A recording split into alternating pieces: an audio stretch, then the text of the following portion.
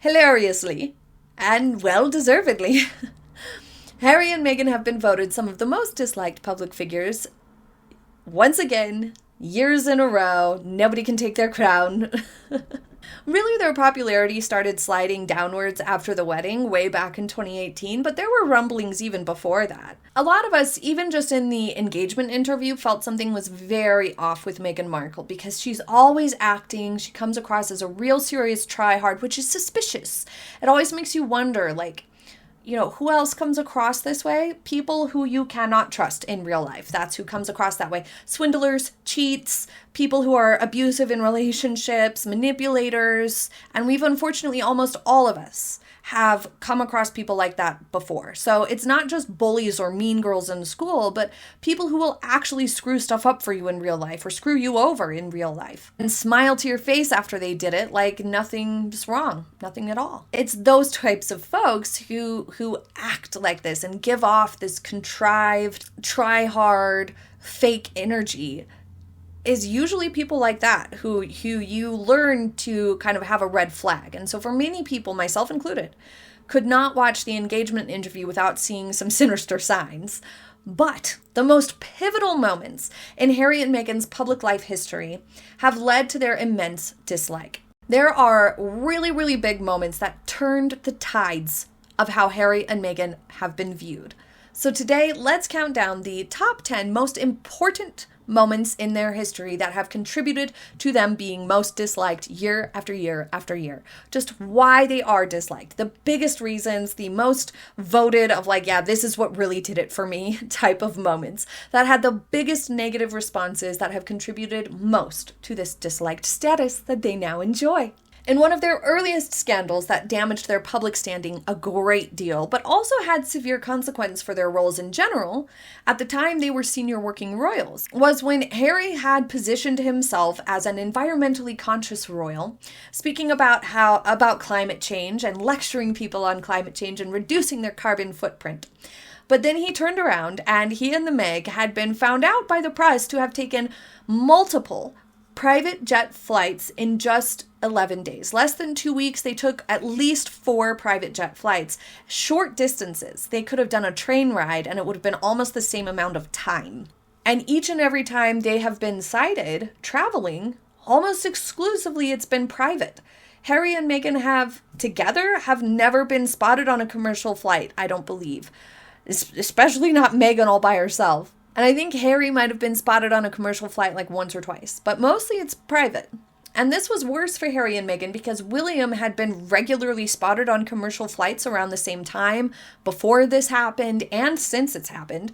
William regularly flies commercial, but Harry and Meghan not so much. The timeline of this scandal was in 2019, in August, Harry and Meghan took multiple private jet flights in just a few days, including trips to Ibiza for Meghan's birthday and to visit Elton John in France. And I think they also did somebody else's wedding. So there was probably 5, maybe 6 private jet flights during this time frame. And the very following month, just a matter of weeks later, in September, Harry officially announced Travelist, a sustainable travel initiative founded in partnership with companies such as Booking.com, Skyscanner, and Visa, all about reducing your carbon footprint while traveling and traveling in an eco-friendly way. And he had been lecturing people even before September on being mindful of climate change and environmentalism and pollution and things like that and what we can do in our own lives. And he said that he and his family almost always fly commercial. And then immediately he was on all these private jets at once. And so there was naturally widespread criticism of this. This timing created a perception problem as well for the Travelist launch and is probably why Travelist never really took off. The jet stories were still dominating the headlines when Travelist was unveiled, which led critics to call the sustainability campaign hypocritical and tone-deaf and write it off as not that serious, because if Harry's not very serious about it, then why should we be? Many commentators mark that combination, that his environmental brand launch collided with the jet scandal, as one of the earliest major hits to his credibility. And at the time, he was still a working royal, so it was a pretty big deal. It was a bit of a scandal at the time. And as I said, I think it had long-term impacts to Travelist and certainly to Harry and Meghan for their hypocrisy. They have not been able to shake the hypocrite title since. Next up, we have Megxit. Their exit from working for the royal family was announced on the 8th of January 2020, and the events that followed threw everything into chaos, but especially for Harry and Meghan's image.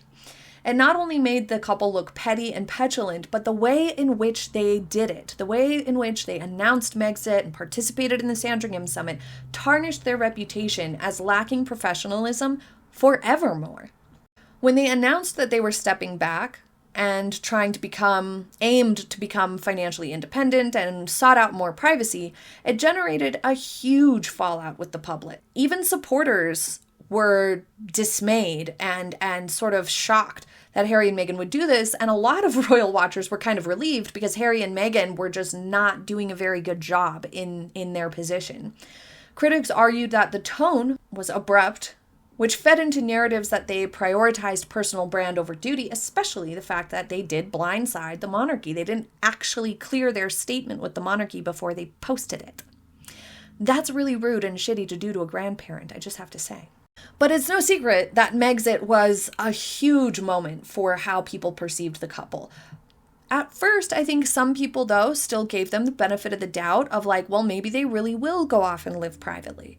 But when news broke that they signed all these deals and were courting media attention and doing interviews and lining up all this stuff, it was clear that none of this was about privacy. And it never was, and it never will be.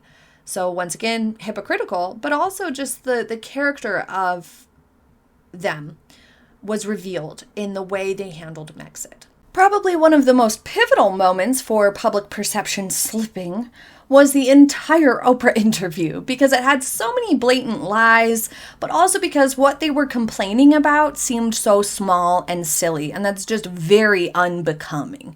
For a grown man to be whining and crying that his daddy stopped giving him allowance is just ick. For Meghan to be whining and complaining about things that didn't even make sense, that she didn't see press, but people were calling and telling her that there was negative press, and thus it made her feel like everything was wrong and awful and never going to be okay again. Like, stop.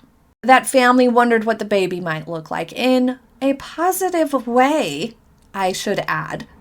That's something that every family asks. So that interview left Harry and Meghan looking extraordinarily out of touch, selfish and self-absorbed, and even toxic. This 2-hour televised interview, which I have a whole series on with clips so you can hear for yourself a really detailed breakdown. I will link the playlist here, and I'll try to remember to link it at the end of today's video, but it's also on the playlist section of my page.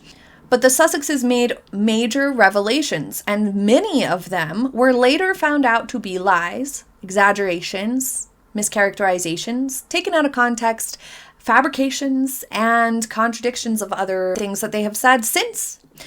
But it included things like mental health struggles, conversation within the royal family about their children before they were even pregnant. But again, we had conflicts of timeline. Harry, in the Oprah interview, said that it happened before they were even engaged or before they were married. Meghan said that it happened while she was pregnant. So they didn't even have their story straight within the Oprah interview itself. And since then, Harry has completely backtracked it and tried to erase it from memory. In the UK, the reaction was overwhelmingly negative. For example, a YouGov poll found 56% of British adults said they felt none or not very much sympathy after the interview. And critics argued the interview was self-indulgent, airing private family matters publicly, damaged trust in Harry and Meghan's earlier claims of wanting privacy, and also, of course, just talking about things that happen behind closed doors within a family in a public setting is just a shitty thing to do. It shows bad character. I don't care who you are. I don't care how big you think the stakes are. That's not right. Within a family unit, there is an unwritten rule of privacy and having each other's backs, at least with privacy, and not airing it out. I won't even talk to extended family members about private conversations I've had with individual family members unless everybody approves it ahead of time. I won't do it. Like, if you come from a gossipy family, you'll understand this perfectly, just how shitty it can feel to find out that your family played telephone, passing along a private conversation or something you told just one person in your family. Now everybody knows. It's not a nice feeling. And so think about that on a bigger scale, that you tell someone something in private, or you have a private argument or conversation or disagreement or anything, and then suddenly it's made public. Oh, that is so wrong on every level. So of course, the Oprah interview was hugely damaging to Harry and Meghan's likability, but also their long-term reputations are hugely damaged by it. And that Oprah interview is so fascinating to look back on. I know it's hard to find, but I even sometimes think I should look back on it with you guys and reiterate so much of it was a lie, because I know so many people can't find it now to see it, and I have it recorded. So maybe I'll do that if you guys ask. But let's move on to number 4. In one of their most long-running scandals that has been doing damage to their reputation since early 2017 is the bullying accusations. Meghan especially, but Meghan and Harry in general, being rude to staff and unkind bosses. This one I'd like to take a moment to point out the misconceptions here. Harry and Meghan try to push out into the media positive spins on them as employers or partners, that working with them is positive, and they are down to earth and thoughtful and all these positive adjectives that they want associated with themselves. And it is an attempt to trick people into not believing the accounts to the contrary. But it is essential to think of a few things here. First off, we're talking about nearly 10 years' time, from 2017 till now, across multiple different countries, continents even. This is a pattern. If it really was all this like culture shock and all these things, so much just the people in the monarchy and at the time the Cambridges just trying to foil all of the Sussex plans, then these rumors and these reports from employees would not have followed them to America, but they have. So something that is many, many years and many, many different locations and even different types of projects, having consistently bad experiences with employees working with you, then you're the problem, Meghan. But it's also important to think to maybe a mean boss from your past. They're not usually nightmares 100% of the time, right out of the gate, from before you even accept the job onwards. Like, no. These are usually things that are either like a change over time where it slowly devolves into sheer and utter chaos, or an unpredictable, which boss do I get today, the mean one or the nice one sort of a thing, where it's very hot and cold and it's a roller coaster. It's almost never obviously untenable for the get-go or abusive dynamic in the first place. It's something that happens over time. And it's also oftentimes something that can initially be subtle and involve other people and be manipulative. Like, think flying monkeys and stuff like that. Like, it can be very complex situation. What matters is this pattern. And when we look at it, it's one of their most consistent and most long-standing that they simply cannot shake. They have lost staff ever since Meg entered the picture, and it's never stopped. They are still losing staff regularly and still having people come out to say, sometimes anonymously, but sometimes on the record, that it was not a good experience. Within palace circles and in media reports, there were internal emails with complaints alleging that Meghan had mistreated royal staff. For example, one former communications director said that Meghan was able to bully 2 PAs, personal assistants, out of their jobs. While the palace did not publicly release any full investigation report, these claims fed into a broader perception of Meghan as difficult, which damaged popular sympathy. And to make matters worse, there was the Hollywood Reporter expose just last year, and continuing rumors of similar vibe, that Meghan is really hard to work with, that she's a terror, that she's a dictator. And I would imagine that there is a lot of that hot and cold going on in good cop, bad cop type situations. But I also think that Meghan gets a lot of the heat for it because she might be a little bit more directly aggressive with people face to face than Harry. But I would imagine Harry's a little bit more cowardly about it, but still causing trouble. Like telling someone to their face, oh, okay. And then behind their backs, like, dude, this person sucks. Because there's rumors that Harry was like that. He would be nice to journalists to their face and then go back over to a different table in a restaurant or a pub and make fun of that reporter who he was just talking to. And that's just shows really, is a really mean person type of thing to do. But it's not just working for Meghan and Harry that sucks. It's also just their ability to do work itself that has damaged their public perception. Their work ethic and quality of the output of the things that they have done is lacking. And they have not produced things that make people think, oh, give them a little break. You know, they're really good at this. They're really good at that. They've done this right. They've done that right. No, they don't even have that going for them. After their royal exit, they signed all these major deals, like with Spotify and Netflix and book deals, and they launched projects under their foundation, Archewell. And then we watched as archetypes fell apart and the Spotify deal went up in flames and had a very dramatic end. The U.S. authorities flagged Archewell as delinquent briefly for missed paperwork, which shows just a complete and utter lack of attention to detail and adequate management. I mean, those are some baseline tasks that should never happen, those types of mistakes. And critics argued that the brand of Archewell and just Harry and Meghan in general as a brand promised big change but didn't deliver at scale, which hurt their credibility. They also did a lot of things to undermine Archewell, like all their attempts at commercial endeavors, engaging in things that were just for show and not actually doing much with what they had. And it seemed like Harry and Meghan were a lot more focused on their public narrative versus developing a brand for, you know, becoming financially independent, like they have said, but also for Archewell and for their charitable work. Their philanthropic work has been minuscule in comparison to some other charities of similar size. They just haven't delivered much. And by under-delivering consistently, it shows something about their character. And it frustrates the public to watch people who can't accomplish things continue to get opportunities. So that has also resulted in people not liking Harry and Meghan, in part because they seem to be talentless and weaseling their way into opportunities regardless, which is frustrating to watch, especially when people struggle. And it doesn't help that their projects like The Bench and Spare and the Netflix series are cringy and unbecoming to them and were poorly received. That didn't help anything either. We even had the really, really cringy, really, really awful quotes from Spare about like visualizing Diana in the room while he rubbed her lip cream on his nether regions. Like, these types of things give people the ick, and it doesn't go away.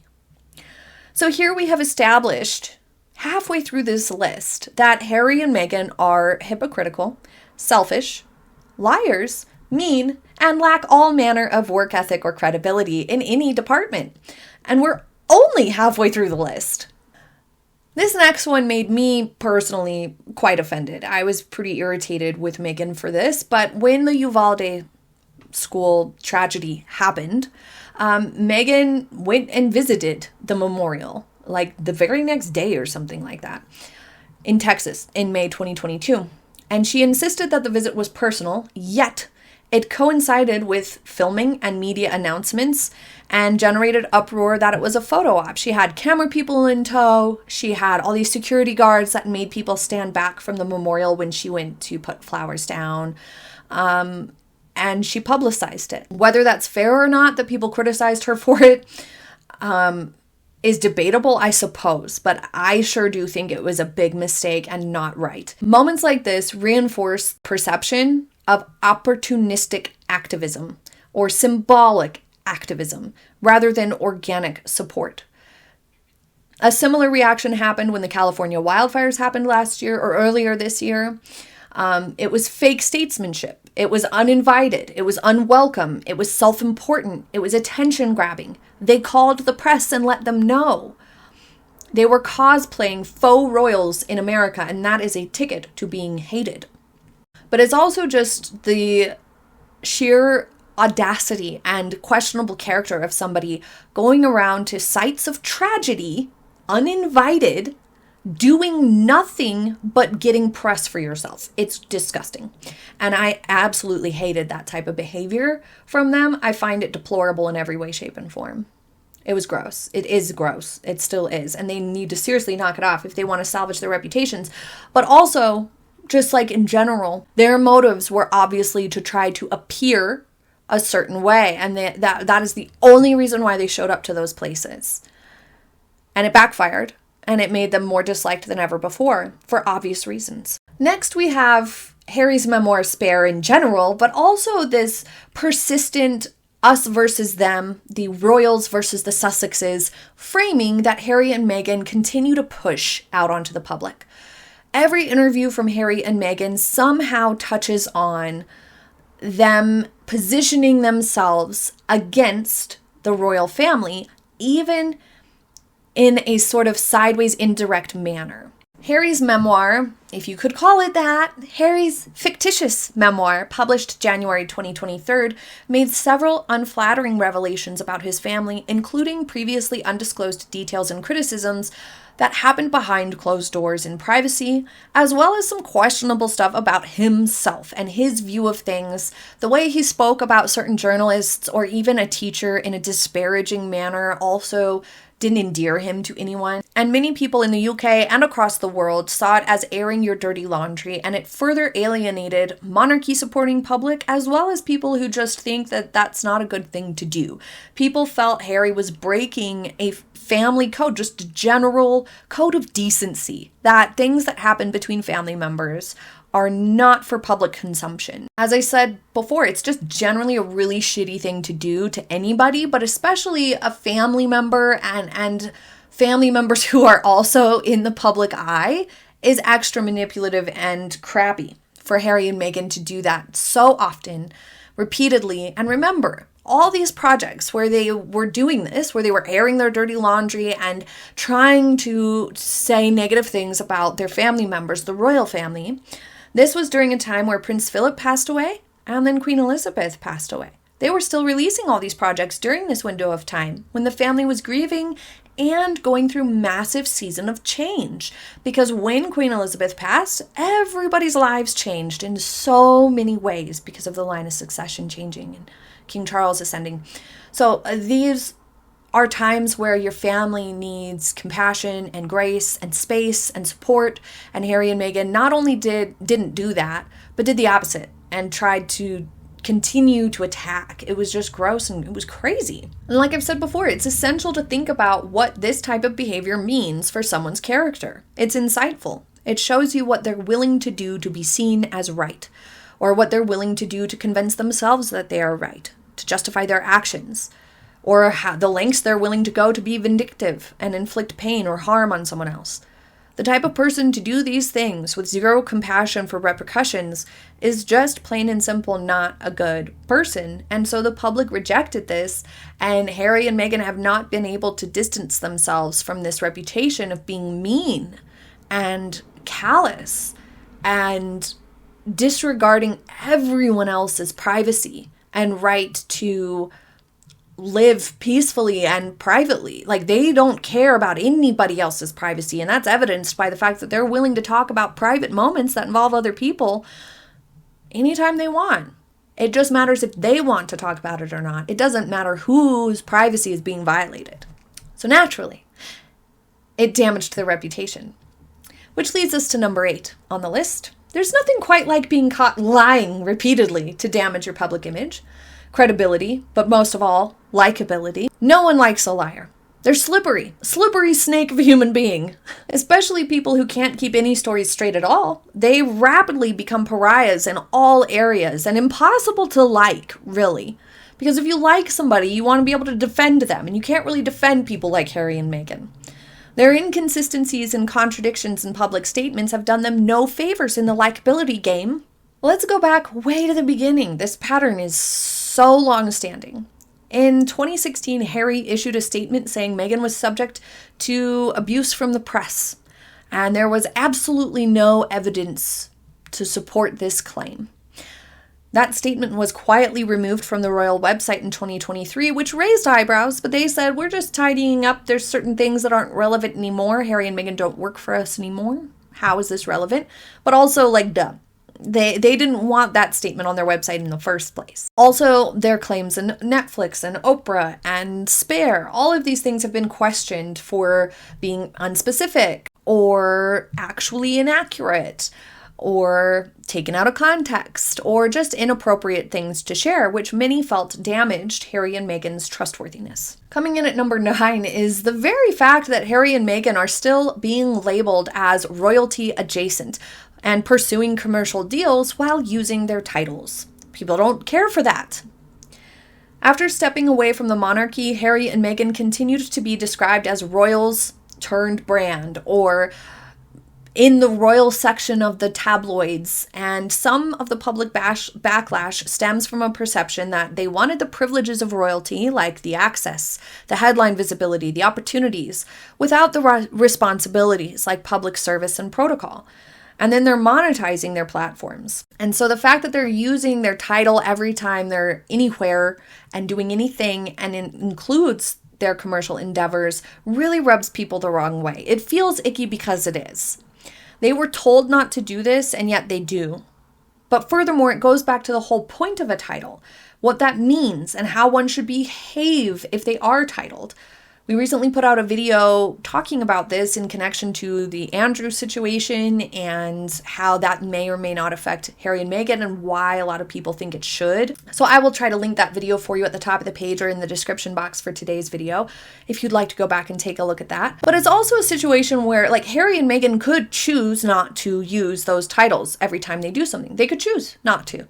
And they complained so much about the monarchy and they complained so much about all these things that then it would make more sense to not use it. So it feels hypocritical and self-serving once again. They want to have their cake and eat it too. And that's just not how it works.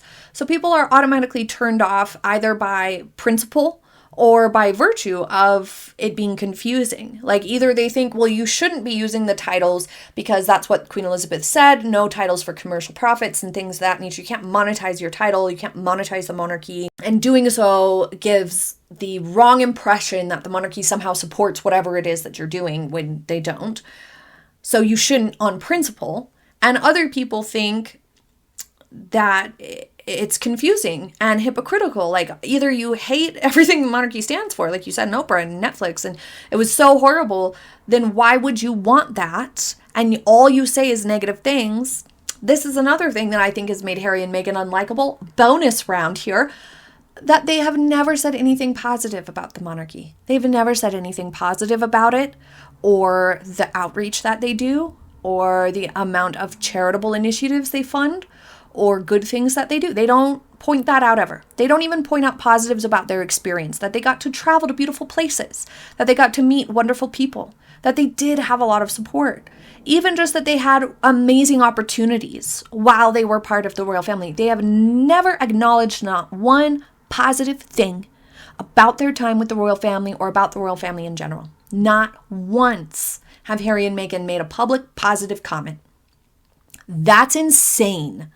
Because just on odds, it was not 100% bad. What about your wedding? What about your beautiful dress, your beautiful flowers, your beautiful reception? What about your home, Frogmore Cottage, that you got to renovate for $4 million? What about any of it? What about getting to travel to Fiji and Australia and other places? Like, there had to have been something positive. And never.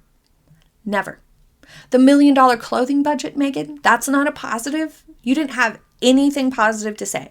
That's not only unbelievable, but it's extraordinarily unlikable for somebody to just be like, nope, 100% bad, 100% awful.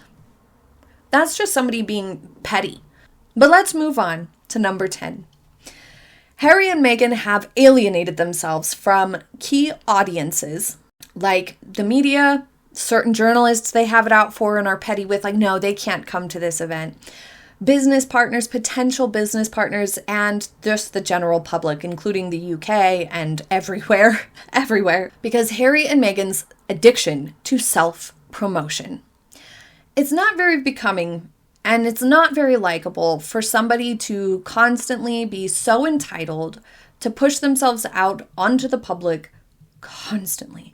The amount, the sheer volume of interviews, podcasts, projects, just tidbits leaked out into the press that Harry and Meghan do is insane. It's almost incalculable how much they push themselves out and promote themselves, no matter how disliked they are.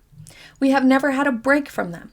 They put themselves in the media more than most normal celebrity and famous people. They put themselves into the media more than the Kardashians. Maybe not social media-wise. Like the Kardashians probably post to social media more. But the Kardashians probably do fewer media outreach and interviews and leaking details and opinions to the press. They probably do fewer of that than Harry and Meghan. And that's the Kardashians, like the epitome of self-promotion. Harry and Meghan seem to do more than them. And Harry and Meghan aren't even liked. They don't even have a fan base, really. And so it's just gross and also hypocritical from a couple who demanded privacy and whines about privacy and whines about social media and internet harms and safety and stuff like that while actively using social media and pushing themselves out there. So cumulatively, these events have led to a situation where many in the UK public and across the world say that they have little sympathy for the public. For example, after the Oprah interview, only a minority felt that the interview was appropriate to do in the first place. Moreover, reports of business and celebrity partners staying clear contribute to the notion that the couple find fewer opportunities due to the brand risk. And there's so many examples of this. Of course, all that we have already mentioned, but even things like the South Africa I'm not okay thing. That type of nonsense are some of the most impactful examples of this because it's straight out of Harry and or Meghan's mouths. And they alienate the audience by virtue of their personality and poor judgment in these moments. And the general untrustworthiness of the couple has to be on this list as well, of just the inconsistencies, the lies, the contradictions. Even just like the Bloomberg interview, the Fortune Summit interview. Meghan will contradict herself within a given interview and across looking back at past statements, and same goes for Harry.